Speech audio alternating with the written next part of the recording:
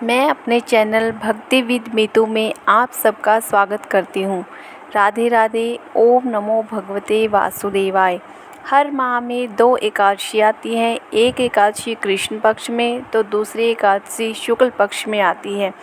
सावन माह के कृष्ण पक्ष में आने वाली एकादशी को कामिका एकादशी के नाम से जाना जाता है।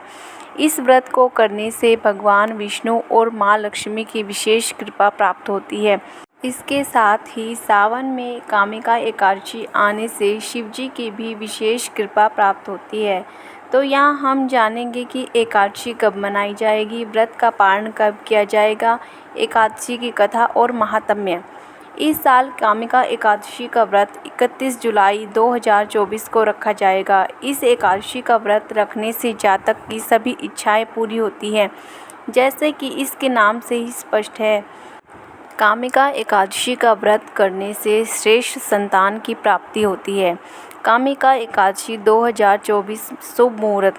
एकादशी तिथि आरंभ हो रही है 30 जुलाई 2024 को शाम 4:44 से।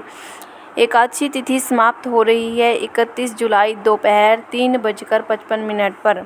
एकादशी का पारण द्वादशी तिथि में किया जाता है। 1 अगस्त को सुबह 5:43 से सुबह 8:24 तक व्रत का पारण का समय है। तुलसी का पत्ता खाकर ही व्रत खोलना चाहिए।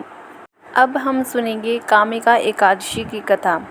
प्रातःकाल स्नान करने के बाद भगवान विष्णु की प्रतिमा को गंगा जल से स्नान कराकर भोग लगाते हैं। आचमन के पश्चात धूप, दीप, चंदन आदि से आरती करनी चाहिए। प्राचीन काल में किसी गांव में एक ठाकुर रहता था। एक दिन ठाकुर की एक ब्राह्मण से कहासुनी हो गई। तकरार बढ़ने पर ब्राह्मण ठाकुर के हाथों से मारा गया। ब्राह्मण के मर जाने से ठाकुर को ब्रह्म हत्या का पाप सताने लगा, तो उसने उसकी क्रिया करने की सोची, पर गांव के ब्राह्मणों ने उसकी क्रिया करने से ठाकुर को मना कर दिया। ठाकुर ने गांव के ब्राह्मणों से ब्रह्म हत्या के पाप से छूटने का उपाय पूछा। ब्राह्मणों ने उसे कामिका एकादशी का व्रत करने की सलाह दी। ठाकुर ने वैसा ही किया। रात्रि में वह जब भगवान की प्रतिमा के पास शयन कर रहा था, तो स्वप्न में भगवान के दर्शन देकर उसे ब्रह्म हत्या के पाप से मुक्त कर दिया। ठाकुर ब्राह्मण की तेरहवीं करके ब्रह्म हत्या के पाप से मुक्त होकर विष्णु लोक को चला गया। एक बार कुंती पुत्र धर्मराज युधिष्ठिर कहने लगे कि हे श्री कृष्ण, कृपा करके श्रावण कृष्ण पक्ष की एकादशी के बारे में बताइए। कृष्ण भगवान कहने लगे, हे युधिष्ठिर, इस एकादशी की कथा एक समय स्वयं ब्रह्मा जी ने देवर्षि नारद से कही थी। वह मैं तुमसे कहता हूँ। नारद जी ने ब्रह्मा जी से कहा, श्रावण मास की कृष्ण पक्ष की एकादशी की कथा सुनने की मेरी इच्छा है। उसका क्या नाम है, क्या विधि है और क्या महात्म्य है, सो कृपा करके कहिए। नारद, लोकहित के लिए तुमने बहुत सुंदर प्रश्न किया है। श्रावण मास की एकादशी का नाम कामिका एकादशी है। इसके सुनने मात्र से वाजपेय यज्ञ का फल मिलता है। इस दिन शंख, चक्र, गदाधारी विष्णु भगवान का पूजन होता है, जिनके नाम श्रीधर, हरि, विष्णु, माधव, मधुसूदन हैं। उनकी पूजा करने से जो फल मिलता है सो सुनो। जो फल गंगा, काशी, नैमिषारण्य और पुष्कर स्नान से मिलता है, वह विष्णु भगवान के पूजन से मिलता है। जो फल सूर्य और चंद्र ग्रहण पर कुरुक्षेत्र और काशी में स्नान करने से, समुद्र, वन सहित पृथ्वी दान करने से, सिंह राशि के बृहस्पति में गोदावरी और गंडकी नदी में स्नान करने से भी प्राप्त नहीं होता, वह विष्णु भगवान के पूजन से मिलता है। अतः पापों से डरने वाले मनुष्य को कामिका एकादशी का व्रत पूजन अवश्य करना चाहिए। हे नारद, स्वयं भगवान ने कहा है, कामिका व्रत से जीव कुयोनि को प्राप्त नहीं होता।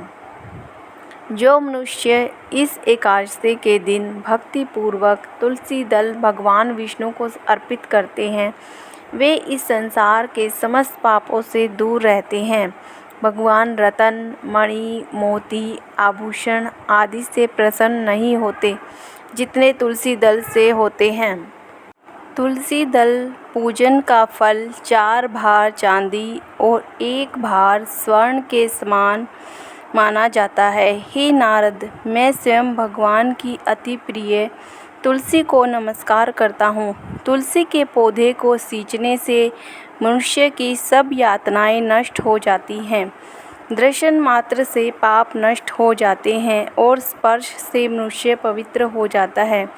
कामिका एकादशी की रात्रि को दीपदान तथा जागरण के फल का महात्म्य चित्रगुप्त भी नहीं कह सकते। जो एकादशी की रात्रि को मंदिर में दीपक जलाते हैं, उनके पितृ स्वर्गलोक में अमृत पान करते हैं। जो घी या तेल का दीपक जलाते हैं, वे 100 करोड़ दीपकों से प्रकाशित होकर सूर्यलोक को जाते हैं।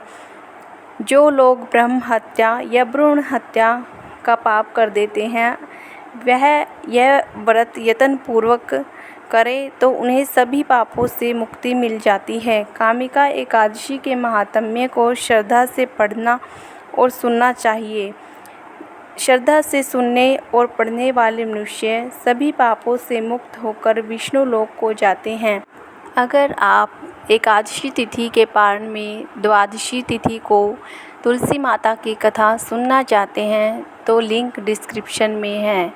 अगर आपको यह कथा और महात्म्य अच्छा लगा हो तो इसे लाइक, शेयर और सब्सक्राइब ज़रूर कीजिए। धन्यवाद।